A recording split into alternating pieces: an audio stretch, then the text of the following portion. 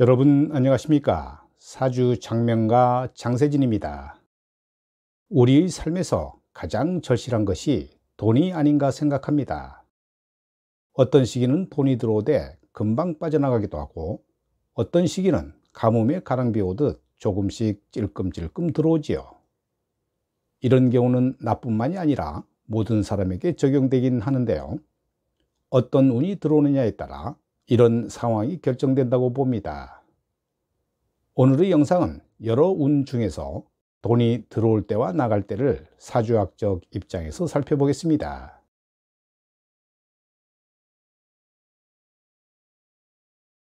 먼저 돈이 들어올 때를 살펴보죠. 충운은 돈이 들어올 수도 있지만 돈을 잃을 수도 있는데요. 충의 급진작용 때문에 돈을 벌 때는 갑자기 당겨오는 경우가 됩니다. 백호운은 많이 벌고 많이 잃는 형태로 속전속패의 형태가 되는데요. 충보다는 횡재수의 형태가 정말 극적이지요.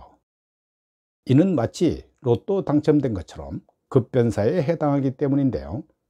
충이 위아래로 움직이는 것이라면 백호는 천장과 바닥 사이를 오고 가는 형태입니다.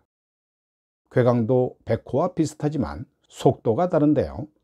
그래서 백호나 괴강대운을 횡재수로 보아 주식이나 땅 투기를 하다가 갑자기 대박을 치거나 로또나 보험에서 갑자기 목돈이 들어오는 형태가 됩니다. 하지만 바로 나갈 수 있는 속전속패의 기운이 매우 강하므로 절대 재투자는 당분간 하지 않는 것이 좋습니다. 축인 대운 사이와 유술 대운 사이에서도 급성장이 이루어지는 구간으로 보는데요. 돈을 버는 속도는 백호만큼은 빠르지는 않지만 그래도 횡재수라고 부를 만큼 단기간에 돈이 들어올 수 있습니다. 그래서 어느 정도 성공이 눈에 보이긴 하는데요. 돈을 벌 수 있는 재투자의 과정이 있습니다. 정제운은 일률적이나 정률적, 그리고 예상되는 수입 형태로 돈이 들어옵니다. 주로 안정된 환경을 유지하는 개념인 월급의 형태가 가장 많고, 사업자로도 고정품목, 공산품 등의 매출이 안정적으로 일어나는 형태입니다. 정관은 돈이 실속 없는 형태로 들어오는데요. 예를 들어 월급이 500만 원이라면 부모님 용돈 100만 원, 자녀 학원비 200만 원 등 체면 유지를 위해 쓰는 돈이 너무 많아 실속 없이 돈을 버는 형태입니다. 편관운도 마찬가지로 돈을 벌긴 버는데 버는 것보다는 나가는 것이 많은 형태이죠. 아니면 한 번에 목돈이 나가는 경우입니다. 예를 들어 월 500만 원씩 버는 형태라면 무리하게 대출을 받아서 집을 사는 바람에 월 이자로 200만 원씩 내는 형태입니다.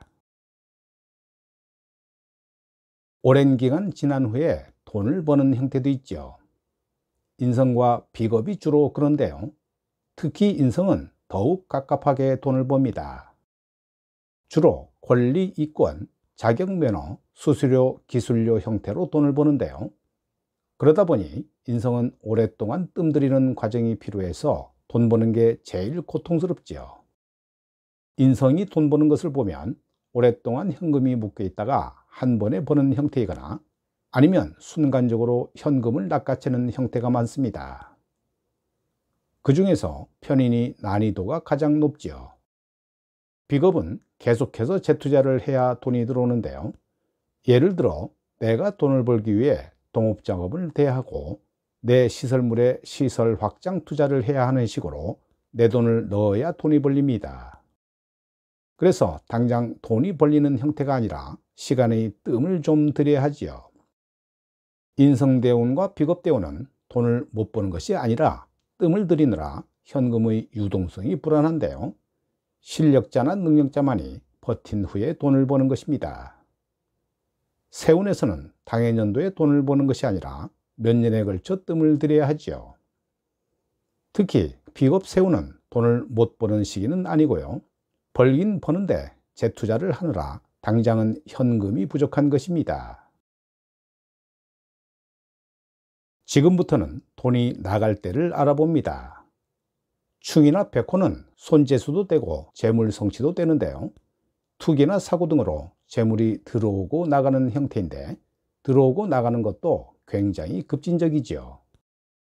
만약 손재수라고 판단이 되는 경우에는 물건이 부서지고 재해를 입고 사고를 당해 돈이 나가는 형태입니다.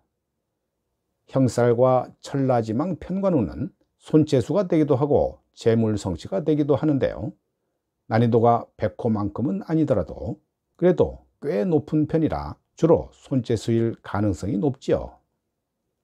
만약 손재수라면 관재수나 질병 등으로 인한 손재수가 됩니다. 편인도 손재수인데요.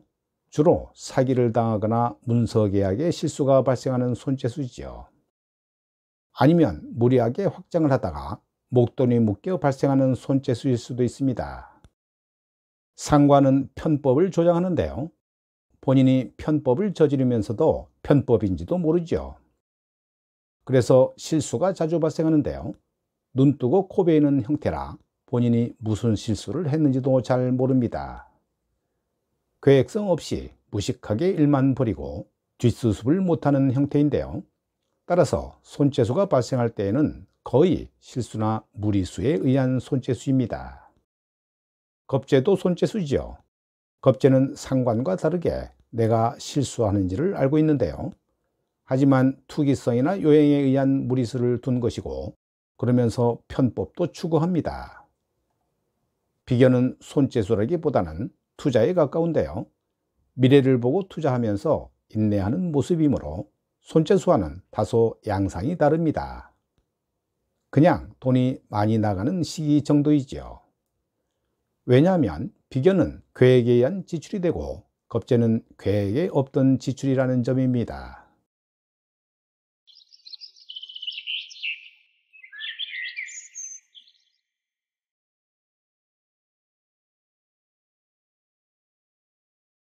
이명주는 수월에 태어난 무자일주 남명인데요. 일지에 자수정제를 두고 비견들이 에워싸고 있는 구조입니다. 연지 정관묘목이 제구시를 못하고 월지에 술도 비견을 두어 본능적으로 갈증이 나는 사주인데요. 물은 마시고 싶은데 내가 마실 물은 비견들이 몫이 되고 마는 사주입니다. 수가 마르는 사주이므로 물을 공급해줄 수원지가 옆에 있으면 좋은데요. 그렇지 못한 것도 상당한 부담이 되고 중요한 시기의 대운도 사오미 남방으로 흘러 더욱더 쟁제를 부채질하는 상황이 됩니다. 재와의 인연이 짧으니 재에 대해 목말라 하고 직장을 통한 재물 축적도 힘들어 이것저것 하는 사주인데요. 자식운도 떨어지는 모양새라 이래저래 힘든 사주입니다. 보통 이런 사주들이 불법적인 일도 할 수 있는데요. 돈 욕심은 많은데 욕심을 통제하는 관성이 제구시를 하지 못해 조절이 잘 안 되는 사주입니다. 오늘 영상은 여기까지입니다. 여러분 대단히 감사합니다.